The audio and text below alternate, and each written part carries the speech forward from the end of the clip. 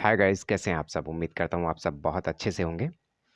दोस्तों, अपने वीडियो को अपलोड करने में मेरी तरफ से थोड़ा सा विलम्ब हो जाता है।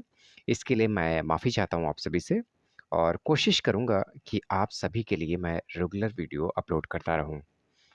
बट कुछ प्रॉब्लम्स रहती हैं, घरेलू कार्य रहते हैं जिसके कारण जो मैं वीडियो अपलोड नहीं कर पा रहा हूँ। और फिलहाल आज मैं वीडियो लेके आया हूँ आपके लिए। तो चलिए स्टार्ट करते हैं पहले क्वेश्चन से। पहला क्वेश्चन हमारा रहेगा, पेन ड्राइव इस्तेमाल की जाती है। जो पेन ड्राइव होती है आप सभी जानते हैं, तो उसको इस्तेमाल किया जाता है, किस कार्य के लिए किया जाता है वो यहाँ पे आपको बताना है। पहला ऑप्शन आपका रहेगा भंडारण के लिए, दूसरा है गणना के लिए, तीसरा है बिजली बैकअप के लिए और चौथा है उपर्युक्त में से कोई नहीं। तो यहाँ पर आपको बताना है। तो जाहिर सी बात है कि पेन ड्राइव का इस्तेमाल किसी भी चीज़ को हम स्टोर करने के लिए करते हैं, यानी स्टोरेज के रूप में हम उसको इस्तेमाल करते हैं। यानी पहला ऑप्शन हमारा भंडारण के लिए ऑप्शन जो है वो सही रहेगा। तो इसका जो डेफिनेशन है, व्याख्या है, डिस्क्रिप्शन दे रखा है, तो उसके बारे में हम थोड़ा-सा यहाँ पे देख लेते हैं कि पेन ड्राइव एक ऐसा स्टोरेज ड्राइव है जिसका इस्तेमाल फ़ाइल को ट्रांसफ़र करने के लिए किया जाता है, जिसे कॉमनली यूएसबी फ्लैश ड्राइव भी कहा जाता है।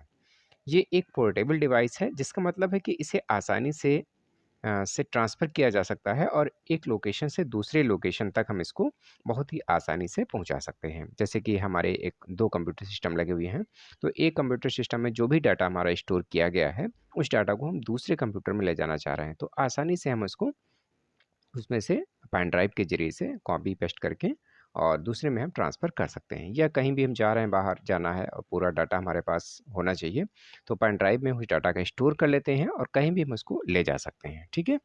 तो इस तरह से हम आसानी से एक डाटा को एक जगह से दूसरे जगह पे हम शिफ्ट कर सकते हैं। ठीक है? अगला क्वेश्चन देखते हैं। अगला क्वेश्चन हमारा है, लैन का अर्थ है LAN, यानी इसका फुल फॉर्म आपको बताना है यहाँ पर। लोकल एंटी नेटवर्क कहलाएगा पहला ऑप्शन में, दूसरा ऑप्शन हमारा है लोकल एरिया नेटवर्क, तीसरा ऑप्शन हमारा है लोकेशन एक्सेस नेटवर्क और चौथा ऑप्शन हमारा लोकेशन एरिया नेटवर्क। इनमें से आपको ऑप्शंस कौन सा सही लग रहा है वो आपको बताना है। तो पहला छोड़ करके दूसरा ऑप्शन जो लग रहा है लोकल एरिया नेटवर्क, ये हमारा सही रहेगा, क्योंकि लैन जो होता है, लोकल में जो भी कंप्यूटर होते हैं उनको जोड़ने के लिए सिस्टम ये कार्य करता है। ठीक है? तो कंप्यूटर के संदर्भ में लैन का तात्पर्य क्या है? लोकल एरिया नेटवर्क होता है। यह एक ऐसा कंप्यूटर नेटवर्क है जो घर पर, कार्यालय में या स्कूल में या हवाई अड्डा जैसे भवनों के छोटे समूह के रूप में किया जाता है। यानी यहाँ पर जो भी सिस्टम लगे होते हैं उनको एक साथ हम जोड़ देते हैं और वर्क करते हैं। ठीक है? अगले क्वेश्चन की तरफ बढ़ते हैं। अगला क्वेश्चन हमारा है, टिम बर्नर्स-ली द्वारा दी गई अवधारणा है। टिम बर्नर्स-ली द्वारा दी गई अवधारणा क्या है? तो इनमें से बताना है कि उन्होंने किस चीज़ को यहाँ पे खोजा था, इन्वेंशन किया था। पहला है डब्ल्यूडब्ल्यू का, दूसरा है एचटीएमएल का, तीसरा है सिमेंटिक वेब का, चौथा है उपर्युक्त सभी। तो ये ऑप्शन यहाँ पे आपको बताना है। तो यहाँ पर देखिए, डब्ल्यूडब्ल्यू है, एचटीएमएल है और सिमेंटिक वेब है। ये सभी क्या हैं? उपर्युक्त सभी जो ऑप्शन है वो आपका यहाँ पे सही रहने वाला है। टिम बर्नर्स-ली द्वारा दी गई ये ऊपर जो तीनों ऑप्शंस हैं वो उसकी अवधारणा में जाता है। ठीक है? तो यहाँ पर इसका डिस्क्रिप्शन दिया हुआ है, चाहे तो आप पढ़ सकते हैं। फिलहाल मैं भी बता देता हूँ आपको कि टिम बर्नर्स 1984 फेलो के रूप में काम करने लग गए। वहाँ हर तरह के कंप्यूटर थे जिन पर अलग-अलग के फॉर्मेट सूचना रखी जाती थी। टिम का मुख्य काम था कि वे सूचनाएं एक कंप्यूटर से दूसरे कंप्यूटर पर आसानी से भेज सकें। उन्हें लगा कि क्या कोई तरीका हो सकता है इन सब सूचनाओं को एक तरह से पिरोया जाए कि ऐसा लगे कि वे एक जगह ही हैं। बस इसी का हल सोचते सोचते उन्होंने एक वेब तकनीक का आविष्कार किया और दुनिया का पहला वेब पेज 6 अगस्त 1951 को सर्न में बना था। ठीक है? निस्संदेह यह तकनीक 21वीं सदी के सबसे लोकप्रिय संपर्क साधन है। ठीक है? टिम ने इस तकनीक का आविष्कार किया जब वे सर्न में काम कर रहे थे और यह सर्न की बौद्धिक संपदा थी। 30 अप्रैल 1993 को टिम के कहने पर सर्न ने इस तकनीक को मुक्त कर दिया। अब इसे दुनिया के लिए न केवल मुफ्त पर मुफ्त के रूप में उपलब्ध है। न केवल मुफ्त पर मुफ्त के रूप में उपलब्ध है। इसके लिए किसी को कोई भी फीस देनी नहीं पड़ती है। यह निर्णय न केवल एक महत्वपूर्ण निर्णय था, बल्कि इंटरनेट के शुरुआती दौर के निर्णय के अनुरूप था। हर तकनीक को मुफ्त व मुफ्त के रूप में उपलब्ध कराने के लिए वो कटिबद्ध थे। तो इस तरह से टिम बर्नर्स ने जो है पहला वेब तकनीक का आविष्कार किया था इन्होंने। ठीक है, तो चलिए अगले क्वेश्चन की तरफ बढ़ते हैं। अगला क्वेश्चन हमारा है, नेटवर्क टोपोलॉजी में किसकी संचरण गति उच्चतम होती है? नेटवर्क टोपोलॉजी में किसकी संचरण गति उच्चतम होती है? पहला है लैन की, दूसरा है वैन की, तीसरा है मैन की, या दोनों लैन और वैन की। तो यहाँ पर आपको ऑप्शन बताना है। तो यहाँ पर लैन जो होता है, लैन की सबसे ज़्यादा संचरण गति जो है हाई होती है। यानी लोकल एरिया नेटवर्क में डाटा संचरण दर जो है मैन एवं वैन की अपेक्षा अधिक होती है। चूँकि मैन एवं वैन का आकार लैन की तुलना में अधिक होता है, इसलिए इसमें डाटा संचरण दर कम होती है। यानी जितना दूरी होगी उतना डाटा पहुंचने में थोड़ा-सा टाइम लगेगा संचरण गति, और यहाँ पर उसकी हाई होती है, क्योंकि यहाँ पर इसका एरिया जो है एक सीमित होता है और कम होता है। अगला क्वेश्चन देखते हैं। अगला क्वेश्चन हमारा है, कौन भारतीय सुपर कंप्यूटर का उदाहरण है?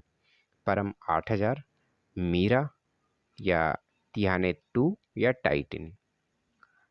ठीक है, तो इनमें से आपको बताना है कि भारतीय सुपर कंप्यूटर का उदाहरण कौन सा है। तो देखिए, परम जो है वो हमारे भारतीय सुपर कंप्यूटर का उदाहरण रहेगा। मीरा जो है वो संयुक्त राज्य अमेरिका का उदाहरण रहेगा सुपर कंप्यूटर के रूप में। और तिहाने जो है, तिहाने 2 जो है वो, जैसा कि नाम से ही भी आप जान रहे होंगे कि ये चीन का जो है सुपर कंप्यूटर का उदाहरण है। और टाइटन जो है वो संयुक्त राज्य अमेरिका का उदाहरण है। ठीक है, तो इस तरह से चारों हमने देख ली कि कहाँ के सुपर कंप्यूटर को किस नाम से जाना जाता है। चलिए अगले क्वेश्चन की तरफ बढ़ते हैं। अगला क्वेश्चन हमारा है, डब्लू लैन का पूरा नाम क्या है? तो डब्लू लैन का पूरा नाम आपको बताना है। अभी पहले क्वेश्चन में आपने देखा था लैन का पूरा नाम, यहाँ पे डब्लू लैन है। तो वायरलेस लोकल एरिया नेटवर्क कहलाएगा, या वाइड लोकल एरिया नेटवर्क कहलाएगा, या wind light at atmospheric nature कहलाएगा, या वायरलेस लोकल एरिया नोड कहलाएगा। तो यहाँ पे चार ऑप्शन है, चार ऑप्शन से आपको सही चूज करना है। तो जो पहला ऑप्शन हमारा है वायरलेस लोकल एरिया नेटवर्क है, वो इसका फुल फॉर्म रहेगा डब्लू लैन का। ठीक है, तो अगले क्वेश्चन की तरफ बढ़ते हैं। अगला क्वेश्चन हमारा है, साटा का विस्तारित रूप क्या है? साटा, SATA का विस्तारित रूप क्या है, ये बताना है आपको। यहाँ पर जो इसका विस्तारित रूप रहेगा, पहला ऑप्शन है सीरियल एडवांस्ड टेक्नोलॉजी, दूसरा है सिंपल एडवांस टेक्नोलॉजी अटैचमेंट, तीसरा है सीरियल एडवांस टेक्नोलॉजी अटैचमेंट, और चौथा है सीरियल अल्टरनेटिव टेक्नोलॉजी अटैचमेंट। ठीक है, तो यहाँ पर ऑप्शन बताना है आपको। यहाँ पर जो ऑप्शन रहने वाला है वो आपका तीसरा ऑप्शन सही रहेगा। तीसरा जो ऑप्शन है वो आपका रहेगा serial advance technology attachment. Serial advance technology attachment, ये ऑप्शन इसका फुल फॉर्म रहेगा। ठीक है, यहाँ पर थोड़ा सा इसके बारे में हम समझ लेते हैं कि जो साटा है वो एक इंटरफेस है जो बड़े पैमाने पर स्टोरेज डिवाइस को कंप्यूटर के मदरबोर्ड से कनेक्ट करने के लिए उपयोग किया जाता है। यह बड़े पैमाने पर स्टोरेज से डाटा को नियंत्रित करता है और बदलता है, जैसे एक हार्ड डिस्क। ठीक है, इसका पहला संस्करण जो है साटा का 1.0 यानी अगस्त को जारी किया गया था। साटा एक इंटीग्रेटेड ड्राइव इलेक्ट्रॉनिक्स यानी IDE जिसको बोल देते हैं, यानी इंटीग्रेटेड डिवाइस इलेक्ट्रॉनिक्स है। यह पाटा यानी PATA के प्रतिस्थापन और उपयोग में काफ़ी बेहतर है। इसका एक रूप पहले प्रतिरूप था पाटा, जिसके स्थान पर इसको हम साटा को यूज़ करेंगे तो ये काफ़ी उपयोग में बेहतर है। धीरे धीरे पाटा गायब हो रहा है, क्योंकि पाटा के मुकाबले में साटा का बहुत अच्छा उपयोग हो रहा है। ठीक है, तो इस तरह से हम इसके डेफिनेशन को देख सकते हैं। तो इसका ध्यान रखिएगा, फुल फॉर्म क्या रहने वाला है, सीरियल एडवांस टेक्नोलॉजी अटैचमेंट। अगले क्वेश्चन की तरफ बढ़ते हैं। अगला क्वेश्चन हमारा है, MS पावर पॉइंट, ठीक है, में सभी स्लाइडों के फॉन्ट को दूसरे फॉन्ट में बदलने के लिए निम्नलिखित में से कौन सा कमांड दिया जाता है? देखिए, पावर पॉइंट क्या है, स्लाइड एक एनिमेशन के तौर पे यूज़ की जाती है, जिसमें हम एनिमेशंस या स्लाइड्स को बनाते हैं अलग अलग अपने जो ट्रेनिंग्स वगैरह होती हैं उसमें सबसे ज़्यादा ये पावर पॉइंट का इस्तेमाल किया जाता है। तो इसमें एक फ़ॉन्ट से दूसरे फ़ॉन्ट के बदलने के लिए कौन-सा कमांड दिया जाएगा, ये आपको यहाँ से बताना है। पहला ऑप्शन हमारा है एडिट फ़ॉन्ट्स करेंगे, दूसरा है टूल फ़ॉन्ट्स में जाना पड़ेगा, या चौथा है टूल्स रिप्लेस फ़ॉन्ट्स में जाना पड़ेगा, या फॉर्मेट रिप्लेस फ़ॉन्ट में जाना पड़ेगा। तो यहाँ पे चौथा ऑप्शन जो है फॉर्मेट रिप्लेस प्लांट में आपको जाना पड़ेगा, फॉर्मेट रिप्लेस फ़ॉन्ट। ठीक है? सभी स्लाइडों के एक फ़ॉन्ट को दूसरे फ़ॉन्ट में बदलने के लिए हम फॉर्मेट रिप्लेस फ़ॉन्ट्स कमांड का उपयोग करेंगे। यह कमांड एमएस पावर पॉइंट 2016 के लिए उपयुक्त है। ठीक है? अगला क्वेश्चन देखते हैं। अगला क्वेश्चन हमारा है मॉडेम का विस्तार है। जो मॉडेम है उसका विस्तारित रूप क्या है, यहाँ पे आपको बताना है। पहला है ऑप्शन मॉड्यूलेशन डिमॉड्यूलेशन, दूसरा है मॉड्यूलेशन डीएक्टिवेशन, चौथा है मॉड्यूलेशन डिकम्पोजिशन, और अगला जो लास्ट है वो है मॉड्यूलेशन डिसइंटीग्रेशन। तो मॉडेम का जो यहाँ पे विस्तारित रूप रहने वाला है वो पहला ऑप्शन आपका सही रहेगा, मॉड्यूलेशन डीमॉड्यूलेशन। मॉडेम एक प्रकार का प्रोग्राम या उपकरण है जो कंप्यूटर को डेटा को संचारित करने में सक्षम बनाता है। उदाहरण के लिए टेलीफोन या केबल लाइन। यह एक प्रकार का हार्डवेयर डिवाइस है जो एनालॉग और डिजिटल डेटा के बीच वास्तविक समय में दो तरफा नेटवर्क संचारण के लिए परिवर्तित होता है। यह कंप्यूटर या राउटर को ब्रॉडबैंड नेटवर्क से जोड़ता है। मॉडेम की गति बीपीएस और केबीपीएस में मापा जाता है। ठीक है, यह ध्यान रखिएगा, मॉडेम की गति को किस में मापा जाता है, ये भी क्वेश्चन पूछा जा सकता है आपसे कि बीपीएस और केबीपीएस में ये मापा जाएगा। ठीक है, ये ध्यान रखिएगा आप। तो ये क्वेश्चन अलग से आपका पूछा जा सकता है। अगले क्वेश्चन की तरफ बढ़ते हैं। अगला क्वेश्चन हमारा है इंटरनेट की किस दिग्गज कंपनी ने तेलंगाना में ग्रामीण सेल्फ हेल्प ग्रुप यानी SHG को सशक्त बनाने के लिए अपने उत्पादों का ऑनलाइन प्रचार करने के लिए प्रशिक्षण कार्यक्रम की शुरुआत की है। ये क्वेश्चन थोड़ा सा बड़ा है, तो वीडियो को पॉज करके क्वेश्चन को आप आसानी से पढ़ सकते हैं और उसके बाद इसका आंसर दे सकते हैं। तो पहला ऑप्शन यहाँ पे है अमेजॉन, दूसरा फ्लिपकार्ट, तीसरा फेसबुक और चौथा है ट्विटर।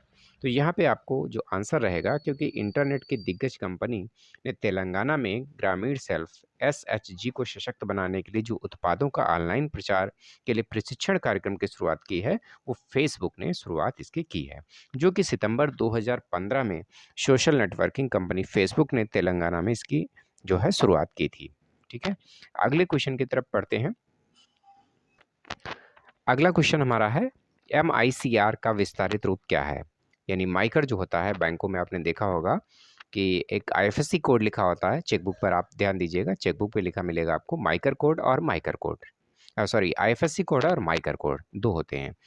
तो इसका विस्तारित रूप क्या है, यहाँ पे आपको बताना है। तो यहाँ पर जो पहला ऑप्शन आपका है वो रहेगा मैग्नेटिक इंक करेक्टर रिकॉग्निशन। ठीक है, मैग्नेटिक इंक करेक्टर रिकॉग्निशन जो है इसका ऑप्शन सही रहेगा, पहला ऑप्शन। ठीक है, तो यहाँ पे देख लेते हैं, थोड़ा सा नीचे इसकी डिस्क्रिप्शन देख लेते हैं। माइकर की फुल फॉर्म होती है मैग्नेटिक इंक करेक्टर रिकॉग्निशन, यानी कि वह जो करेक्टर लिखे जाते हैं, ठीक है, वह मैग्नेटिक इंक से लिखे जाते हैं जिन्हें MICR रीडर डिटेक्ट कर लेता है। MICR जो रीडर होता है जिससे हम पढ़ सकते हैं उसको, वो डिटेक्ट कर लेगा। और MICR यानी माइकर एक करेक्टर रिकॉग्निशन तकनीक पर आधारित चेक को प्रोसेस करने वाली डिवाइस होती है। इसमें एक स्कैनर लगा होता है जो कि चेक पर printed magnetic ink character code को पढ़ लेता है। ठीक है, तो MICR एनकोडिंग को MICR लाइन भी कहा जाता है। यह चेक के निचले हिस्से में होती है। किस में होती है? निचले हिस्से में होती है। आपने चेक बुक देखी होगी तो वहाँ पे एक कोड लिखा रहता है काफ़ी लंबा, तो वो यही होता है, ये माइकर कोड रहता है। ठीक है, इसको वो रीड करता है। चलिए अगले क्वेश्चन की तरफ बढ़ते हैं। अगला क्वेश्चन हमारा है भारतीय मूल के शिव आयादुरई किसके आविष्कार से जुड़े हुए हैं? शिव आयादुरई जो हैं वो किसके आविष्कार से जुड़े हुए हैं? ईमेल का आविष्कार इन्होंने किया था, या इंटरनेट का आविष्कार किया था, या कीबोर्ड का आविष्कार किया था, या माउस का आविष्कार किया था? तो यहाँ पर जो दूसरा ऑप्शन है, सॉरी यहाँ पे पहला ऑप्शन आपका जो है वो सही जाएगा। यानी जो ईमेल का आविष्कार किया था वो भारतीय मूल के अय्यादुरई ने किया था। भारतीय मूल के शिव अय्यादुरई ईमेल के आविष्कार से जुड़े हुए हैं। उनका दावा है कि 1970 के दशक के आखिर में उन्होंने ईमेल का आविष्कार किया था। हालांकि आरपेड ने जैसी संस्थाओं ने उनके दावे को खारिज करते हुए कहा है कि 1970 के दशक से ही प्रारंभ से ही मौजूद थे। ठीक है, लेकिन इनका दावा क्या है कि उन्होंने इसकी शुरुआत की थी। तो यहाँ पर सिर्फ आपको ये बताना है कि भारतीय मूल के शिव अय्यादुरई किस आविष्कार से जुड़े हुए हैं। ठीक है, अगला क्वेश्चन देखते हैं। अगला क्वेश्चन है, इनमें से कौन सा एमएस ऑफिस का वैध संस्करण नहीं है? एमएस ऑफिस का जो संस्करण होता है, ठीक है, तो वो आपको बताना है। एमएस ऑफिस 97 वैध नहीं है वो बताना है। ये ध्यान रखिएगा, क्योंकि नहीं है और है, इनमें से थोड़ा सा कन्फ्यूजन होता है। कभी कभी जल्दी में हम हाँ वाले टिक कर देते हैं और नहीं वाले को छोड़ देते हैं। तो इस तरह से ध्यान रखिएगा, क्वेश्चन में नहीं पूछ रहा है तो वो बताना है। एमएस ऑफिस 97 देखिए आपका एमएस ऑफिस का एक पैकेज है। ठीक है, अगला क्वेश्चन देखते हैं। एमएस ऑफिस 2003 भी है। चौथा है एमएस ऑफिस 2005। ठीक है, और अगला है एमएस ऑफिस 2007। तो यहाँ पर देखिए ऑप्शन जो आपका सही रहेगा वो रहेगा 2005, क्योंकि 97 भी है, 2003 भी है और 2007 भी है। तो एमएस ऑफिस 2005 आपका कोई भी संस्करण इसका नहीं है। थोड़ी सी इसकी डिस्क्रिप्शन देख लेते हैं कि माइक्रोसॉफ्ट कंपनी के द्वारा बनाया गया एक ऑफिस स्यूट है। इसे सर्वप्रथम 1 अगस्त 1989 को लॉन्च किया गया। यानी एमएस ऑफिस को कब लॉन्च किया गया था, ये क्वेश्चन भी आपका बन सकता है कि एमएस ऑफिस को 1 अगस्त 1989 को लॉन्च किया गया था। इसके पश्चात इसके कई वर्जन समय समय पर लॉन्च होते रहते हैं। ठीक है, मुख्यतः इसके 3 प्रोग्राम वर्ड यानी एमएस वर्ड, एमएस एक्सेल और एमएस पावर पॉइंट, जो कि क्रमशः वर्ड प्रोसेसिंग, स्प्रेडशीट और प्रेजेंटेशन सॉफ्टवेयर हैं, जो कि बहुत ही ज़्यादा प्रयोग किए जाते हैं। इसके अलावा भी इसके कई सारे सॉफ्टवेयर हैं, जैसे डाटाबेस मैनेजमेंट सिस्टम, आउटलुक आदि।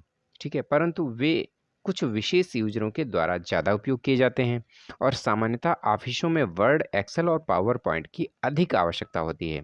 और वर्तमान में अगर बात करें तो एमएस ऑफिस का नवीनतम वर्जन जो है इस समय 2016 सबसे लेटेस्ट वर्जन है। कौन सा वर्जन है? एमएस ऑफिस का 2016 वर्जन सबसे ज़्यादा लेटेस्ट वर्जन है।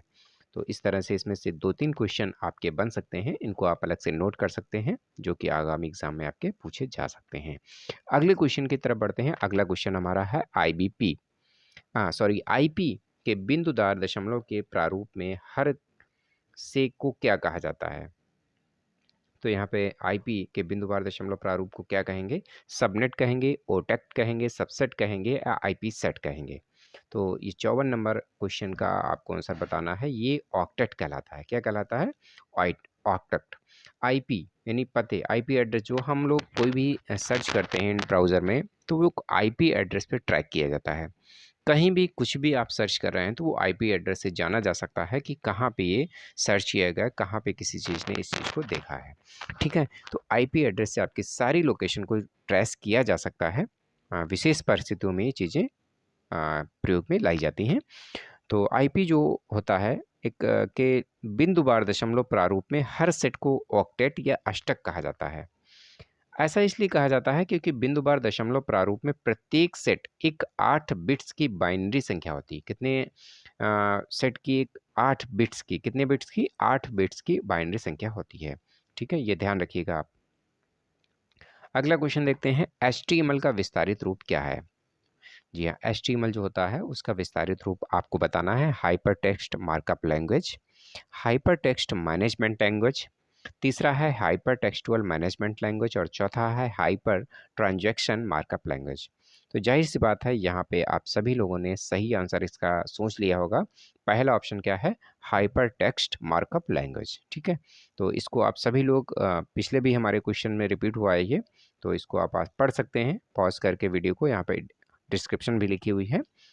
तो हाइपर टेक्स्ट मार्कअप लैंग्वेज को हम छोटे से नाम से HTML के नाम से जानते हैं। HTML एक कंप्यूटर की भाषा है। इसका इस्तेमाल वेबसाइट बनाने में किया जाता है। किस में किया जाता है? वेबसाइट बनाने में किया जाता है। ठीक है, जैसे C++ है, जावा है आदि के मुकाबले ये जो HTML जो भाषा है कंप्यूटर की, काफ़ी सरल होती है, इसलिए आसानी से इसको प्रयोग में लाया जाता है। ठीक है। अगले क्वेश्चन की बात करते हैं। अगला क्वेश्चन हमारा है फायरवॉल के संबंध में विषम कथन का पता लगाएं। फायरवॉल जो है इसके संबंध में जो गलत कथन है, यहाँ पर विपरीत कथन है, उसको आपको बताना है। फायरवॉल एक सॉफ्टवेयर हो सकता है। दूसरा है फायरवॉल एक हार्डवेयर हो सकता है। चौथा है फायरवॉल सॉफ्टवेयर और हार्डवेयर दोनों हो सकते हैं, यानी ए और बी हमारा दोनों सही हो सकता है। चौथा है फायरवॉल आग से कंप्यूटर की सुरक्षा करता है। तो इनमें से आपको बताना है। जैसा कि नाम से आपको फायर, यहाँ पे आग का शब्द आया है, तो आग का जो नाम आया है वो लास्ट हमारे ऑप्शन में आया है, फायरवॉल आग से कंप्यूटर की सुरक्षा करता है। तो यही ऑप्शन जो है हमारा इसका आंसर रहने वाला है।